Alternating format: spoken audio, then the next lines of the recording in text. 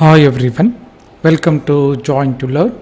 ಇವತ್ತಿನ ಒಂದು ಸೆಷನ್ನಲ್ಲಿ ಕೃಷಿ ಅಧಿಕಾರಿ ಮತ್ತು ಸಹಾಯಕ ಕೃಷಿ ಅಧಿಕಾರಿ ಹುದ್ದೆಗಳ ಪರೀಕ್ಷೆಯ ತಯಾರಿಯ ಭಾಗವಾಗಿ ಕೃಷಿ ವಿಷಯಕ್ಕೆ ಸಂಬಂಧಿಸಿದಂತೆ ಇವತ್ತಿನ ಒಂದು ಸೆಷನ್ನಲ್ಲಿ 22ನೇ ಕ್ಲಾಸನ್ನು ಚರ್ಚೆ ಮಾಡೋಣ.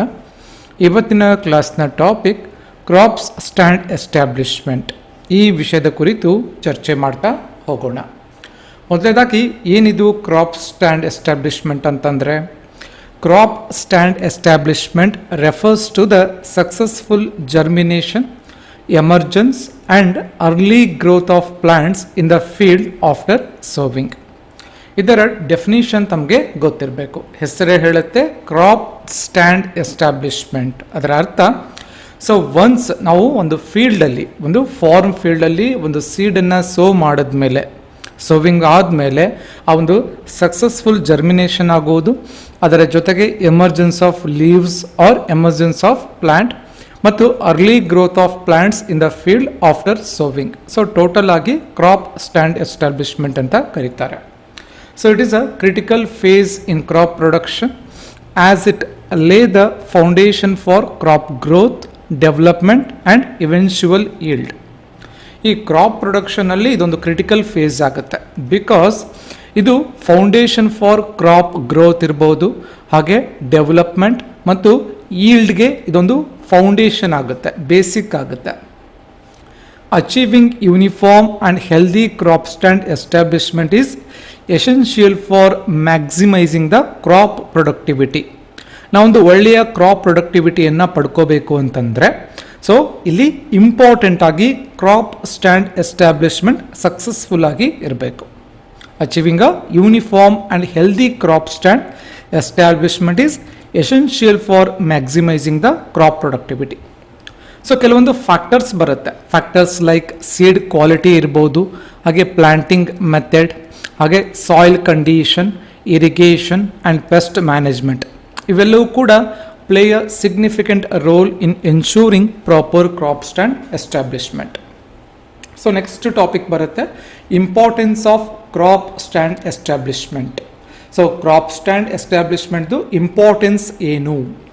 The goal of crop stand establishment is to ensure that the crop develops a strong uniform stand which leads to higher yield and better resource use efficiency. So in goal, the goal of crop stand establishment is to ensure that the crop develop a strong uniform stand which leads to higher yield, ಒಳ್ಳೆಯ ಉತ್ಪನ್ನವನ್ನು ಪಡ್ಕೊಳ್ಳುತ್ತೆ, and better resource use efficiency. So proper crop stand establishment ensures uniformity in plant spacing, minimizing the competition among the plants for sunlight, ಸೂರ್ಯನ ಬೆಳಕಿಗೆ ಇರಬಹುದು, for energy and even water and nutrient. ಇದರ ಕಾಂಪಿಟೇಷನನ್ನು ತಪ್ಪಿಸೋಕೆ ಒಂದು uniform plant ಸ್ಪೇಸಿಂಗನ್ನು maintain ಮಾಡ್ತಾರೆ. So enhances plant of vigour and resilience, improving the crop's ability to withstand environmental stress like drought, heat and pest. So crop stand establishment also enhances the plant vigor and resilience, improving the crop's ability to withstand environmental stresses like drought, heat and pest. And it reduces the need for replanting, saving time, labour and resources. ಇದೇನು ಮಾಡುತ್ತೆ? So ಟೈಮನ್ನು ಕೂಡ ಇಲ್ಲಿ ನಮಗೆ save ಮಾಡುತ್ತೆ. Reduces the need for replanting, that means it saves a time, ಲೇಬರನ್ನು save ಮಾಡುತ್ತೆ, even ರಿಸೋರ್ಸನ್ನು ಕೂಡ ಸೇವ್ ಮಾಡುತ್ತೆ. ಹಾಗೆ directly influences final crop yield and quality. Next ಟಾಪಿಕನ್ನು ನೋಡೋಣ. ಕೆಲವೊಂದು ಕೀ ಫ್ಯಾಕ್ಟರ್ಸನ್ನು ಕೊಟ್ಟಿದ್ದಾರೆ. That key factors influencing crop stand establishment.